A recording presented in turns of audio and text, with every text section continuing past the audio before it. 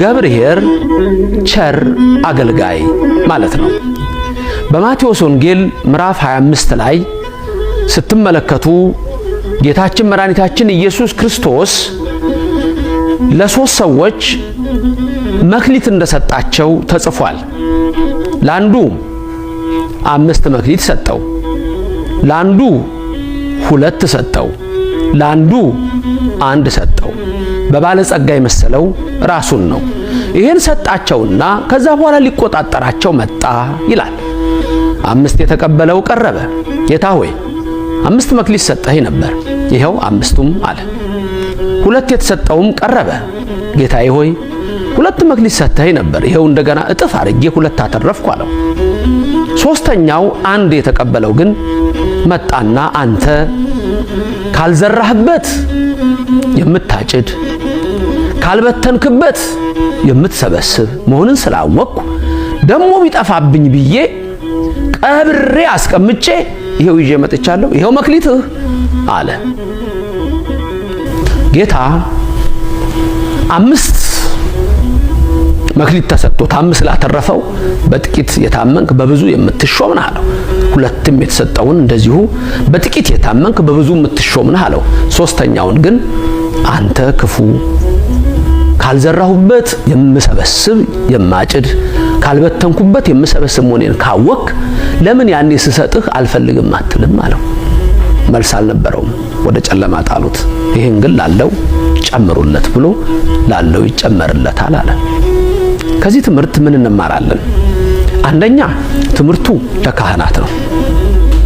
ካህናት የቤተ ክርስቲያን አገልጋዮች ከሊቅ እስከ ደቂቅ ያሉ ካህናት ከትንሹ ከአናጉስጥስነት እስከ ላይ ድረስ ያሉ ካህናት የተሰጣቸውን ጸጋ፣ የተሰጣቸውን ክብር፣ የተሰጣቸውን ክህነት እጥፍ እያረጉ ምእመናንን እንዲያበዙ የተሰጠ ጸጋና ክብር ነው።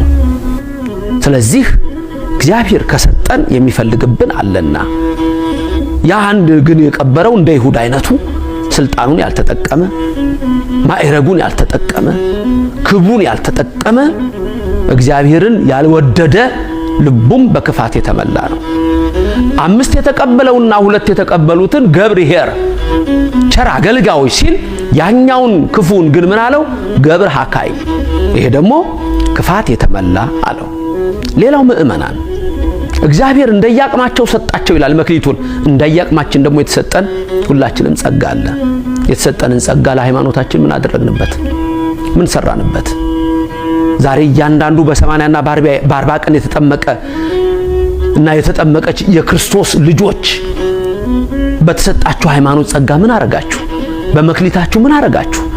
ዛሬ ብዙዎች እየጠፉ ነው። ከእውነተኛ እምነት እየወጡ ነው። ምን አረጋችሁ? መጀመሪያ ራሳችሁ እንዴት ጠበቃችሁ? ለእግዚአብሔርስ ምን ትርፍ ሰጣችሁ? ምን ትርፍ አላችሁ? የጾም ትርፍ አላችሁ? የጸሎት ትርፍ አላችሁ? የስግደት ትርፍ አላችሁ?